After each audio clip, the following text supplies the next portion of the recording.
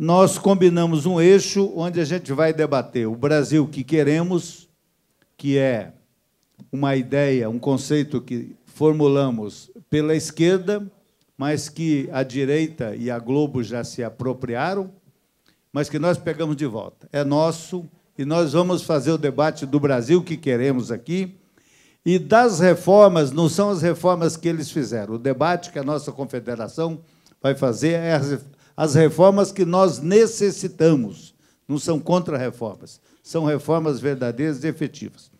E convidamos para conversar com a gente aqui e enriquecer a nossa ideia o professor Ladislau Doubor. Sim, fala isso? Ele disse que foi mais ou menos. Quantos por cento eu acertei? 35% de acerto. Eu comprei a cota. E a companheira Esther Dweck. Quantos por cento eu acertei? 100%. Na média, então, está indo bem. Então, vamos imediatamente passar, na ordem aqui, passar para o professor Ladislau, que vai falar entre 15 e 20 minutos para a gente. Depois nós passamos para a Esther. Então, vamos lá. Professor, por gentileza. Boa tarde, boa noite a todos. Vou tentar ser breve. Vocês receberam um livro, A Era do Capital Improdutivo, né? A propósito da mesa aqui é a gente trabalhar o capital produtivo, ou seja, fazer as coisas voltar a funcionar, né? Deixa eu mencionar primeiro, relativamente ao contexto que a gente vive de fábulas, de farsas, né? Porque a derrubada da Dilma era em torno às chamadas pedaladas e em torno ao déficit gerado, foram um déficit de 0,4%, chegou a 2%, o normal na Europa é 3%, quer dizer, não tinha nenhuma razão, e criou-se toda aquela narrativa de que estamos recuperando, reconstruindo a coisa, que vai se comportar como uma boa dona de casa que só gasta aquilo que... isso aqui é de uma cretinice, enfim, o discurso que se fez, entende? Quer dizer, não há nenhuma base, tanto assim que eles aprofundaram o déficit em seguida, né? A Esther entende muito mais do que eu disso aí, mas o básico é esse negócio, entende? A narrativa do Lula é que é corrupção, né? O pessoal que eu encontro, que é contra, que é da panelinha e tal, né? Para não dizer que estão querendo derrubar políticas que funcionavam para o conjunto do país, resgate dos mais pobres, tudo isso aí, não. Eles são contra a corrupção, né? Por isso que são contra o Lula, que é outra farsa. É interessante, quer dizer, a construção da imagem, a construção da narrativa é fundamental nesses processos, né? E a gente tem que, de certa maneira, recuperar esses caminhos. Eu estava fazendo aqui, vindo de carro, assim, uma continha na minha cabeça, né? O dinheiro que está lá fora, portanto, de evasão fiscal e de diversos processos ilegais, né? O dinheiro que o Brasil tem lá fora, em paraísos fiscais, dá 1,7 trilhão de reais, né? Se a gente imaginar que um triplex custa 1,7 milhão de reais, né, que é generoso, só que as grandes famílias têm lá fora, dá para comprar cerca de 1 milhão de triplex, né? Nós estamos brincando de quê? Tem uma coisa de propriedade que é espantoso essa capacidade de a gente tocar uma farsa, né, em termos de ataques políticos, né? Portanto, isso aqui é tal, porque estamos todo vivendo, todo mundo sentindo o impacto, né, dessa tragédia, dessa insegurança e dessa destruição do país por um bando de calhordas que, francamente, a gente não sabe mais como qualificar, não é? Indo mais para o substantivo, gente, eu queria levantar basicamente o seguinte: em economia, eu trabalhei muito, hoje sou aposentado pela ONU, trabalhei em um monte de países, trabalhei 7 anos na África, trabalhei em país rico, pobre, estudei na Suíça, onde se formam bons banqueiros, sabe? A Suíça entende de bancos, né? A realidade é o seguinte, é que a gente sabe o que funciona. Se vocês pegam como os Estados Unidos foram tirados do buraco, foi taxando os capitais improdutivos, chegaram a 90% para as grandes fortunas paradas financeiras, o que financiou o chamado New Deal, né, o pacto, que financiou essencialmente o aumento de renda das populações e um monte de pequenos investimentos públicos. Isso gerou demanda e gerou empregos, né, pelas atividades geradas, pela própria demanda, né? Tanto a atividade econômica que voltou a funcionar, as empresas voltaram a ter para quem vender, as famílias também geraram impostos com a sua demanda, isso gerou receita a partir da demanda das famílias, gerou receita para o Estado também a partir da atividade empresarial, o que cobriu o que se colocou ali dentro. Isso funciona. E não há mistério nesse negócio. É assim que funciona a China hoje. Em 20 anos, se tirou no planeta cerca de 1 bilhão de pessoas da miséria. Desse 1 bilhão, segundo o Banco Mundial, 700 milhões são chineses. O que eles tocam? Um sistema financeiro centralizado, potente, que o Bank of China, para financiar grandes infraestruturas e grandes estatais, cimento, ferro, máquinas pesadas, etc., que dificilmente, individualmente, empresas privadas tocam. Certo? E o resto é financiamento direto em cada município, tocando o conjunto de pequenas empresas que é preciso tocar, né? É muito interessante, por exemplo, essa mudança energética da China, que está evoluindo rapidamente, investindo pesadamente no solar. O Estado não faz estatais para produzir painéis solares por todo lado, mas elas investem em uma grande estatal que produz painéis solares, as máquinas que vão produzir painéis solares. É uma grande indústria pesada de produção de máquinas e cada município, pequena empresa, privada, local, pública, coisa assim, vai comprar. Ou seja, você age como motor de arranque, né, para o conjunto da economia funcionar.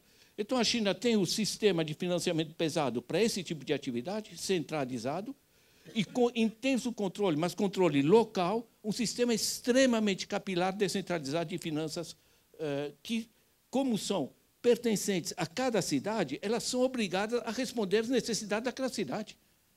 Não é um sistema financeiro extrativo, é um sistema financeiro que dinamiza a economia, né? Eu peguei, por exemplo, o exemplo da Alemanha, é muito interessante, né? O grande sistema bancário tem apenas 13% dos ativos financeiros da Alemanha, né? O que domina na Alemanha é os Sparkassen, que se chama, caixas de poupança municipais. Então, eles têm um imposto bastante elevado na Alemanha, bem mais elevado a carga tributária do que no Brasil, certo? Mas mais de 40% são repassados diretamente para os municípios, né, e para as regiões, né?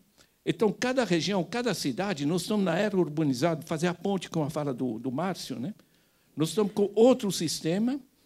Então, em cada cidade, as pessoas recebem os financiamentos a partir do setor público e as próprias poupanças das famílias são de bancos locais, servem ao que as famílias necessitam, o que gera emprego, gera atividade, o que financia, por sua vez, a máquina de intermediação financeira, os trabalhadores do setor financeiro, né? Ou seja, o que eu estou trazendo aqui, basicamente, é o seguinte. Não se trata, a meu ver, na minha convicção, numa visão de sindicato dessa área, que tem que buscar como é que a gente salva os empregos e salva os nossos salários, e sim como é que reconcilia o sistema financeiro com sua função econômica, porque, a partir daí, é o conjunto que passa a funcionar. Certo? Tal como está hoje, né? Eu estava conversando com a Vivian agora, né? Quer dizer, como é possível? Uma pessoa pega um empréstimo de R$1.000, ao fim de um ano, vai estar pagando 900 de juros, ou vai estar pagando mais ainda de juros, né? Se você pega, num banco francês, um empréstimo de 1.000 euros, você vai pagar, no ano, 35 euros de juros. Então, você está restituindo o dinheiro, você não está sendo drenado do teu bolso. Gente, pense o seguinte, no Brasil, somos 61 milhões de adultos que estão negativados, que é uma forma elegante que o Serasa Experian tem para dizer que a pessoa está enforcada na dívida, está com o nome sujo, certo? 61 milhões, gente, são adultos. Tá? Dá mais de metade da população do país. Quando mais da metade da população do país está negativada,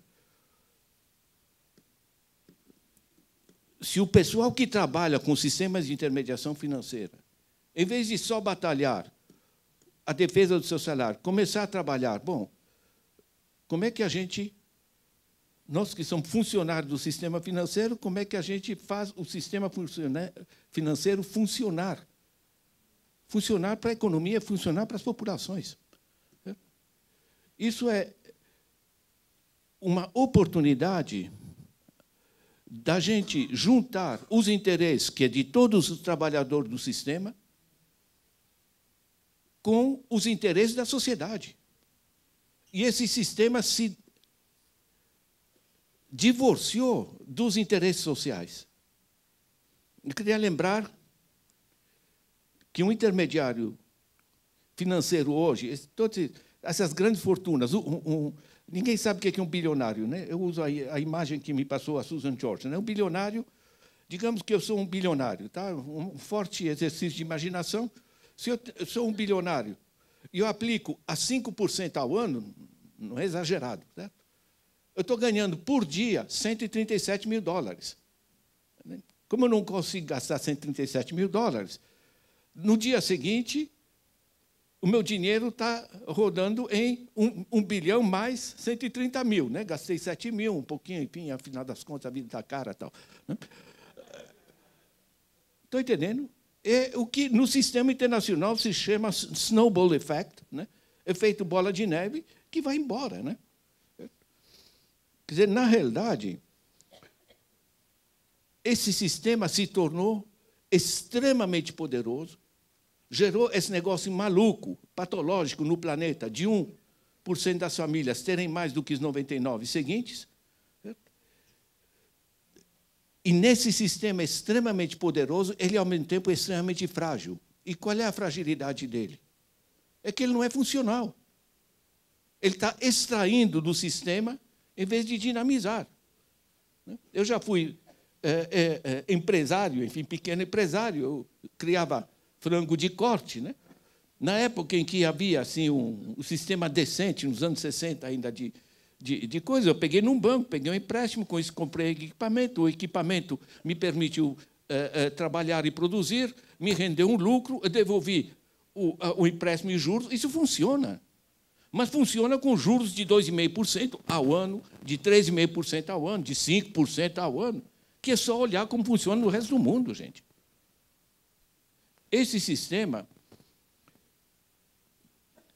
nós tivemos essa quarta-feira uma reunião com Febraban, Santander, Procon, IDEC, uma série de organizações que, inclusive, eu não conhecia, que é porque tem população se organizando em torno do superendividamento. Como enfrentar os bancos? Porque é inviável. Eu tenho um caso de uma moça, reduziram o salário, quer dizer, atrasaram o salário dela, pegou R$ 5.700 de empréstimo, já pagou 4 mil, está devendo 8. Né? Eles fizeram um filme que vale a pena, a gente pode repassar para vocês entrem em contato com o IDEC, eles fizeram um filme lindíssimo de como se dá o superendividamento de gente que está pagando e pagando e pagando e não entende porque nunca para de pagar, gente. Então, minha sugestão básica é o seguinte: é muito importante fazer um encontro entre vocês que querem que o sistema funcione, que seja decente, e a população que precisa sair desse buraco e as empresas passarem a ter fontes de financiamento decentes, a gente batalhar um sistema financeiro que tenha pé e cabeça. Esse sistema, no Brasil, em que você tem as famílias que estão enforcadas na dívida, isso quebrou radicalmente a capacidade de compra. Quando você tem 61 milhões de adultos que não estão conseguindo pagar o que já compraram, imagine vai comprar coisa nova. Quando vocês quebraram a demanda, vocês quebraram também evidentemente, é atividade empresarial, porque tem dificuldade para vender. Aí o pessoal joga a qualquer preço, você tem queda da inflação. Tudo bem, queda da inflação é bom. Certo? Mas não é assim, não é quebrando a economia que você liquida a inflação. Né? Você travou a capacidade de consumo das famílias, você travou com isso o sistema empresarial. Estamos aí, gente, isso aqui nós chegamos a 46% é a parte da renda das famílias que está travado na dívida. Meu, isso é inviável. Nós estamos trabalhando, as famílias, os trabalhadores brasileiros estão trabalhando para pagar juros para o sistema financeiro. Né? É uma questão de juntar a busca aqui de todos nós, de uma alternativa política, que não é questão só de juntar isso com os interesses da população e da economia. Né? Porque o sistema financeiro não é um setor em si. É do sistema financeiro vai depender se tem ou não dinheiro para a saúde, se tem dinheiro para a educação, e para que tem dinheiro, e que prioridades, etc. Ou seja, tem que ter rédeas de interesse público sobre o uso dos recursos do nosso país. Né? Como eu não resolvo o problema em 20 minutos, né, enfim, eu tenho esse livro, vocês receberam esse livro, leiam, tá? Não é um livro de economia, tá? Porque eu francamente, na minha idade, estou além dessa frescura. Né? Isso aqui é uma sistematização de pesquisas. Tá? Vocês têm gente se suicidando por tudo quanto é parte, porque não conseguem... Né? Ou estudantes que atolaram a família por causa da dívida estudantil e coisa do gênero. O mundo está discutindo a financiarização e como resgatar o sistema. Como resgatar, por exemplo, os recursos que estão nos paraísos fiscais. Né?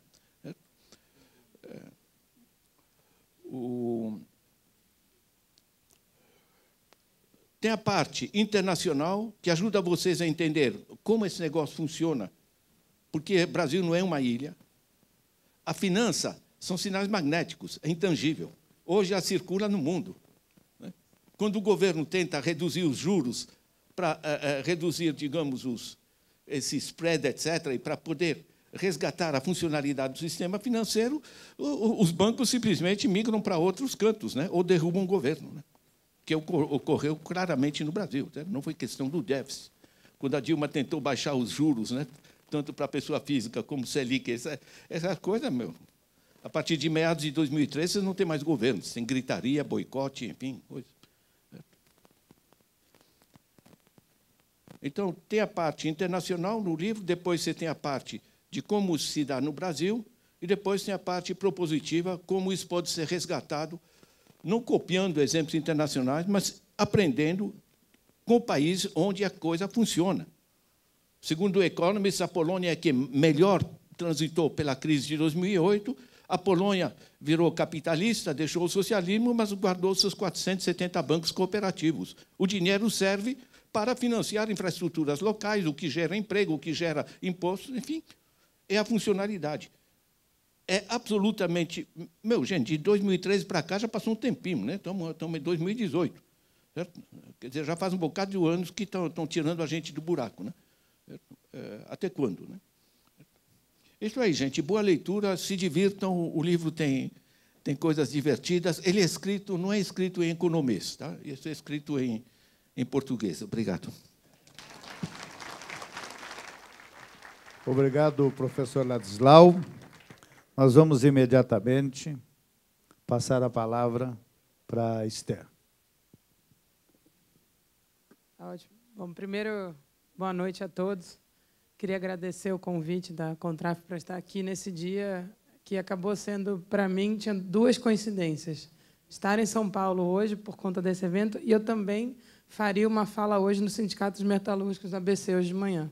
Estava marcado já há um tempo, às 9 da manhã hoje, para fazer uma fala lá, que acabou sendo, para mim, poder participar em loco do que aconteceu hoje e ver mais um dia da gente fortalecer nossa resistência, né? E eu fiquei perguntando, vai manter o evento? Aí ele me falou, não, vai manter, vai manter sim. Eu falei, não estou com cabeça, mas quando eu cheguei aqui, eu entendi porque foi mantido e parabéns a vocês. Né, esse evento está acontecendo no momento que ele deveria acontecer mesmo. Né, e o nome diz tudo, Defesa da Democracia e da Soberania Nacional. Então, parabéns aí à categoria e à Contraf por fazer esse seminário. Muito obrigada por me convidar e eu ter a oportunidade de estar aqui em São Paulo, nesse momento, com vocês. E, enfim, acho que a minha fala aqui, eu até mudei um pouquinho a fala do que eu ia falar antes, inicialmente. Ia fazer uma fala mais focada nas reformas para frente, mas é impossível não falar de como é que a gente chegou onde a gente está. Né? E para entender para onde a gente tem que ir, entender o que projeto que está sendo imposto agora e por que a gente precisa resistir em todas as frentes, né? Na frente da democracia, na frente da luta política e na questão econômica, vocês vão ver que eu acho que ela é o que está... Eu sei que os economistas, a gente tende a botar a economia como centro de tudo, mas a economia não é o que vai resolver, mas, na minha opinião, a economia está movendo o que está acontecendo. Né? Os interesses econômicos dos grandes poderes é que está movendo o que está acontecendo já há algum tempo. E aí, concordando totalmente com o que o Ladislau falou sobre esse processo do golpe, não começa exatamente no impeachment, eu concordo com ele. Para mim, o golpe começa claramente em 2013, por uma sequência de processos, e, principalmente, a gente sabe que o golpe foi pelos acertos e não pelos erros. Né? A narrativa é pelos erros, mas a gente sabe certamente que o que está acontecendo é muito mais pelos acertos do que qualquer erro que tenha acontecido. Né? O tema que tinha me pedido, só voltando aqui era a reforma tributária, economia e distribuição de renda. Né? E eu vou falar da reforma tributária, mas eu vou dar um foco na distribuição de renda. Né? Para mim, o que a gente está vivendo no Brasil, já foi falado aqui, é a luta de classes, né? E é claramente isso. E foi quando a gente acirrou a luta de classes no Brasil. E até, do ponto de vista dos ganhos pequenos, para quem estava fora do sistema, né, um pequeno ganho gera uma reação enorme. E vou tentar mostrar aqui que ganhos foram esses que aconteceram nesse período e por que ela gerou uma reação enorme, o que a gente precisaria fazer para tentar reverter isso. Claro que em 15 minutos, não sei se eu vou conseguir falar tudo isso, mas eu vou tentar falar um pouquinho disso. Né? Eu acho que a gente tem, sem dúvida, a distribuição de renda tem que ser... A distribuição de renda não, né? A igualdade, a inclusão tem que ser o objetivo de qualquer estratégia de desenvolvimento. Né? A gente não pode achar, como a gente já teve em outros momentos da história do Brasil, que a gente vai crescer, se desenvolver, para depois pensar na inclusão. Né? Qualquer coisa que a gente fizer, isso tem que estar no centro do que a gente vai fazer, e ele tem que ser não só o objetivo, mas ele pode ser também um grande instrumento de crescimento e desenvolvimento do país. Né? E aí, concordando bastante com o que o Ladislau falou, o sistema financeiro tem um papel central nisso, a forma como ele se organiza.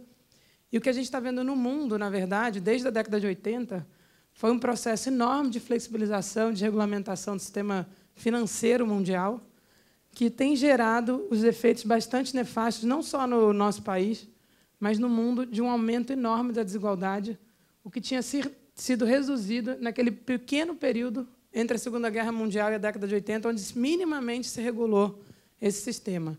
E sem refazer isso, dificilmente a gente vai conseguir ver um ganho grande no mundo e aqui internamente também. E no Brasil, o que a gente tinha conseguido na Constituição, que era regular uma série de compromissos sociais, e mesmo o processo da forma como se desenvolvia, a gente está vendo que ele está sendo destruído de forma muito rápida.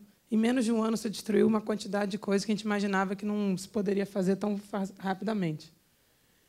Nos últimos anos, a gente teve um processo de crescimento muito baseado nos anos, digamos assim, de 2004 a 2014, em 3 grandes frentes, que é o grande consumo da população brasileira, né? Você inserir muita gente no mercado de consumo, isso dá um potencial enorme, e isso foi feito por meio de políticas distributivas fortíssimas, políticas sociais. Você teve uma parte de investimento econômico, de infraestrutura muito forte. E, nesse segundo ponto, aí, os bancos públicos tiveram um papel central de financiamento e desenvolvimento. Né? E tivemos também, na área de recursos naturais, especialmente a parte de petróleo, a gente sabe que era um grande motor de desenvolvimento do Brasil. E a gente viu, recentemente, essas 3 áreas serem atacadas muito fortemente. Né? Nesse período... Só ver se eu consigo passar.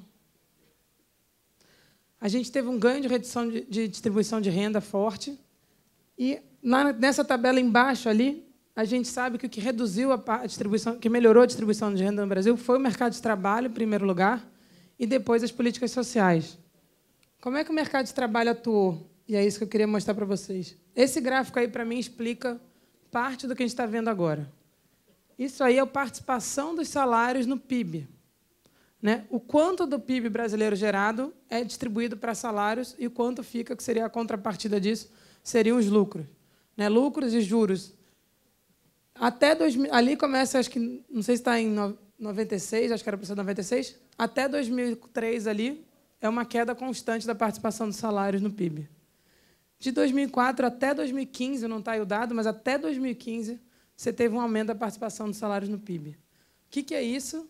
Distribuição de renda entre trabalhadores e capitalistas. Isso aí é a distribuição clara de renda. Né? Você percebe o ganho que os trabalhadores tiveram nesse período.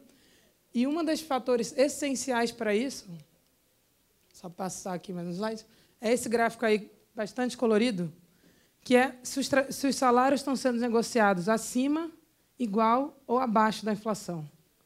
Né? Quando ele está em verde, é que ele está sendo negociado acima da inflação. Está tendo ganho real de salário. O vermelho é quando está sendo negociado abaixo e o amarelo é quando está sendo negociado igual. O que a gente percebe ali, até 2003, as negociações salariais eram quase 50% abaixo da inflação. De 2004 até 2014, o aumento, quase 80% dos salários que estavam sendo nessa amostra, as negociações salariais eram de salários acima da inflação. Ou seja, ganhos reais salariais.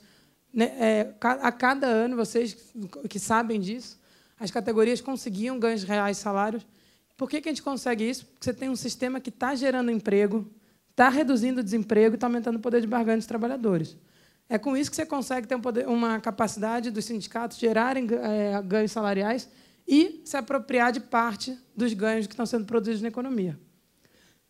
O que acontece ali é pós-golpe. 2016 é o último ano ali, o vermelho volta a subir. Em 2017, provavelmente, a gente não tem o dado ainda, deve ter subido mais ainda o vermelho. O que significa que um ano que a inflação foi baixíssima, 3%, isso não significa que os trabalhadores tiveram ganhos de poder de compra. Por quê? Provavelmente os salários foram negociados abaixo da inflação. Isso não significa que inflação baixa necessariamente é bom para os trabalhadores. Esse é um ponto importante, porque as pessoas tendem a falar, não, inflação baixa é bom para o trabalhador. Sim, se o salário estiver acompanhando. Se o salário não estiver acompanhando, não necessariamente é bom. E a gente sabe que a inflação baixa, em parte, aconteceu porque houve achatamento de salário, houve demissão, houve desemprego. E, quando as pessoas falam que o golpe não está dando certo do ponto de vista econômico, esse é o maior erro, na minha opinião, de leitura do que aconteceu. O objetivo do golpe foi gerar desemprego, foi diminuir o poder de barganha e foi entrar no conflito distributivo entre salários e lucros. Foi justamente gerar uma volta do aumento do desemprego para tirar poder de barganha, e a gente sabe muito bem as consequências que isso tem para as categorias organizadas, a dificuldade de mobilização, porque cada um fica mais preocupado em não perder o emprego do que em se mobilizar, e isso faz parte do processo. Então, parte do que está sendo feito do ponto de vista de políticas econômicas é para gerar desemprego. Não é para gerar emprego, muito menos para gerar crescimento, apesar do discurso. Esse é mais um discurso falacioso. E o outro ponto, aí, chegando na discussão das reformas, a gente teve um ganho no mercado de trabalho fortíssimo, como eu falei, e o outro ganho vinha pela política fiscal. Qual era o ganho da política fiscal? Aqui está o índice de Gini em várias etapas ali. O índice de Gini lá na ponta seria o índice de Gini só do mercado de trabalho, sem nenhum tipo de atuação da política fiscal.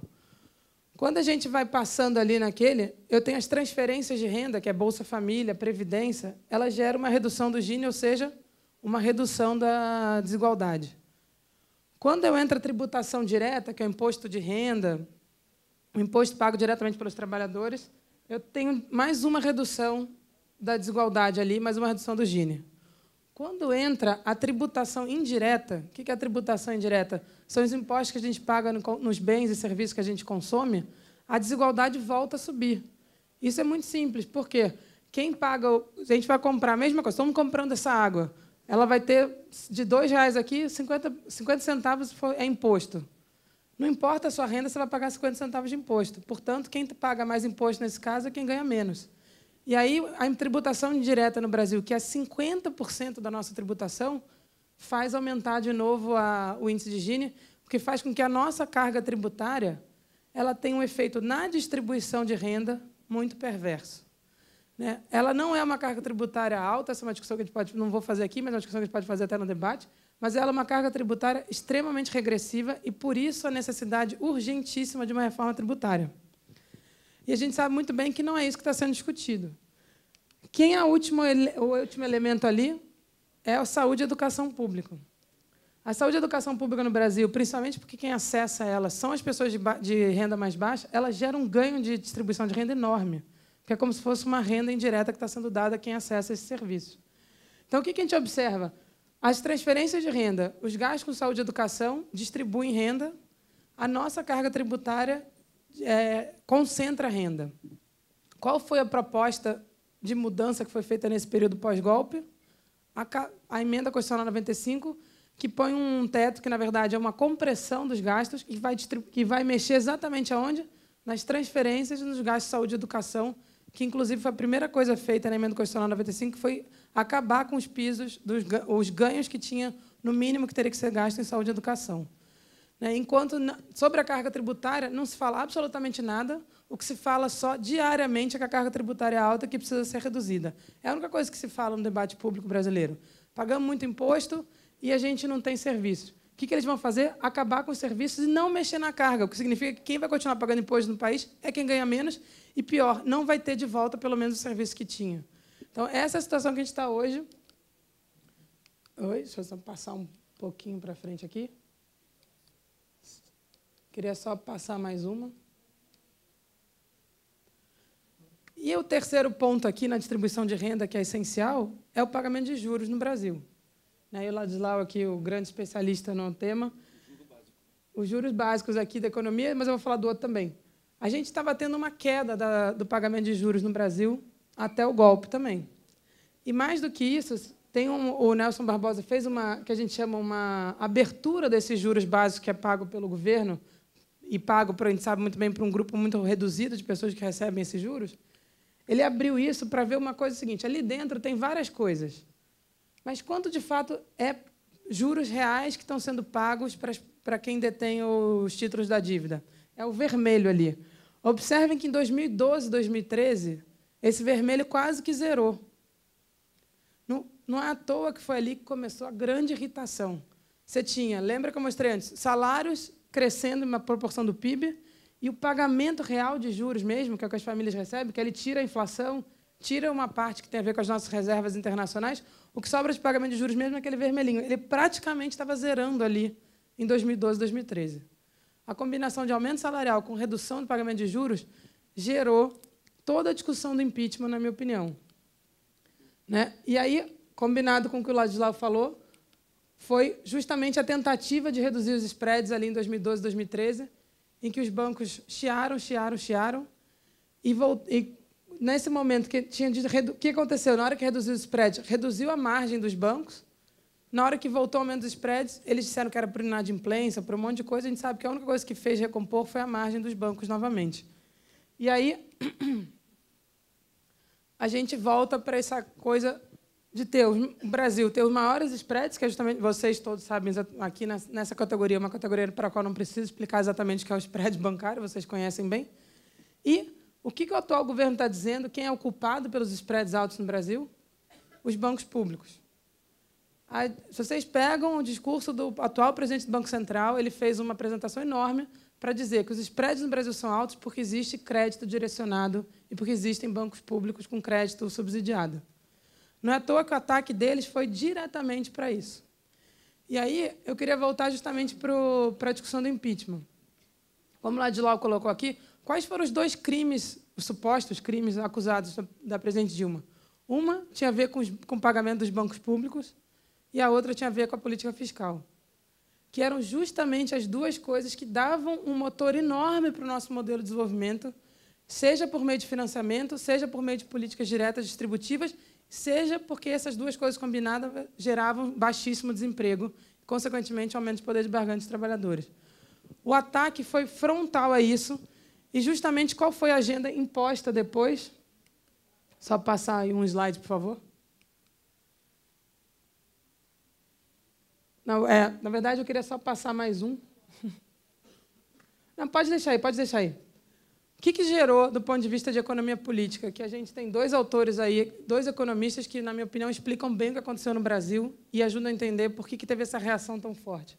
O primeiro é menos conhecido, é um economista também polonês, a Polônia aqui está bem representada.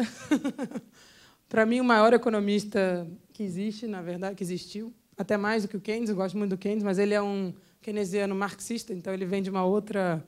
Ele não é keynesiano porque eles dois eles tiveram a mesma ideia juntos, Keynes e esse outro autor, só que ele vem de uma base marxista, por isso, na minha opinião, ele explica melhor certos fenômenos. E ele vai falar o que está acontecendo no Brasil, o que ele descreve como aspectos políticos do pleno emprego. Na hora que eu tenho uma redução do desemprego, que aumenta o poder de barganha, isso vai gerar uma reação contra as finanças públicas. Por quê? Porque, por meio das finanças públicas, o governo pode ajudar a segurar o desemprego baixo, acelerando a economia, controlando os ciclos econômicos. Qual foi o ataque direto? Simplesmente impedir que o governo atue nos próximos 20 anos.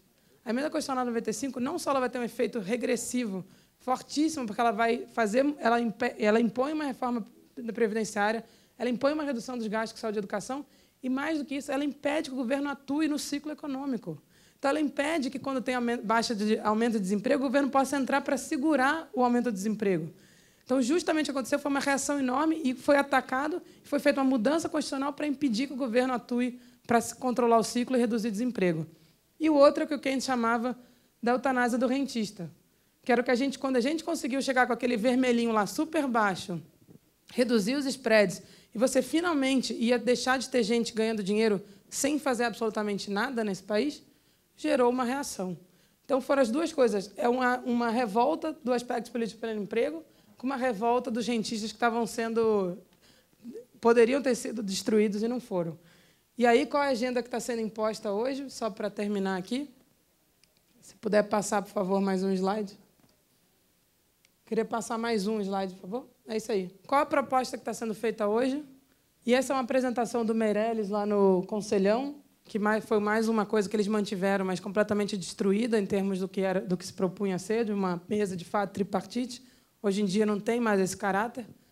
E, na verdade, ele colocou, para retomar o crescimento, o que não é o objetivo deles, como eu falei aqui, o objetivo deles não é retomar o crescimento, eles estão dizendo que esse ano vai crescer 3%, mas eles já estão começando a criar confusão para dizer que não vai crescer e começar a jogar culpa ainda na Dilma, dizer que o problema da Dilma, porque não está crescendo esse ano, em 2018, já tem 2 anos que ela saiu, e a culpa, quase 3 anos que ela saiu, a culpa vai ser dela por não ter crescido novamente em 2018. E o problema é justamente a agenda que eles estão colocando. Qual é a agenda? Primeira coisa, ajuste fiscal como condição necessária. Emenda Constitucional 95, reforma da Previdência, que foi uma coisa que eles abandonaram. E por que eles abandonaram? Porque eles fizeram a mãe de todas as reformas, que era a reforma trabalhista, que é uma reforma que, no fundo, faz uma reforma previdenciária sem fazer, simplesmente impedindo que as pessoas acessem a Previdência no futuro. Com isso, já foi feita uma reforma previdenciária muito mais grave, que é você simplesmente tirar as pessoas do mercado formal de trabalho. Ao retirar as pessoas do mercado formal de trabalho, a reforma previdenciária deixa de fazer sentido. E aí, depois, uma sequência de reformas liberalizantes. A primeira era a legislação trabalhista que foi feita, um modelo de concessões realistas, acabar com as margens de preferência e compras governamentais, então impedir que o governo fortaleça o mercado interno, uma reforma do setor de petróleo e gás, praticamente entregando para os estrangeiros o setor de petróleo e gás e uma governança das estatais, e faltou ali, que era para estar ali, faltou, mas nessa parte das estatais é principalmente a questão dos bancos públicos, que é uma mudança completamente no papel dos bancos públicos, não só abrindo aqueles que são fechados, mas também tirando eles do papel de financiador e competidor, principalmente do setor privado. Foi muito importante no momento que os bancos públicos competiram com o setor privado, que todo mundo foi obrigado a fazer junto, todo mundo ganhou dinheiro, ninguém perdeu dinheiro ali. Ao contrário, ampliou a bancarização, ampliou a quantidade de gente, vocês que sabem disso, aumentaria o poder dos bancos. Na verdade, você está tirando isso e deixando para o pequeno oligopólio de bancos privados que tem todo o controle da situação e fazendo com que o sistema bancário, ao invés de ser um sistema que ajude no crescimento econômico, passa a ser uma coisa que detona o crescimento econômico. Então, se a gente não conseguir reverter isso e fazer, sim, as reformas que seriam necessárias, que é, principalmente, na minha opinião, uma coisa que seria, além da reforma política, que não é a minha praia, seria a reforma tributária, a gente realmente vai caminhar para um sistema cada vez mais concentrador e de forma muito mais acelerada do que a gente viu na nossa primeira agenda neoliberal da década de 90, que tinha sido ainda muito próximo da Constituição e, portanto, teve freios relevantes. A atual está sem freio nenhum. Se a gente não conseguir resistir, ela vai dizimar os instrumentos que a gente tinha de desenvolvimento de uma capacidade de fazer um crescimento mais inclusivo. Então, se a gente não conseguir reverter isso, o prognóstico para os próximos anos é bastante triste, mas eu tenho certeza que vocês vão aí resistir e conseguir inverter um pouco essa agenda. Obrigada.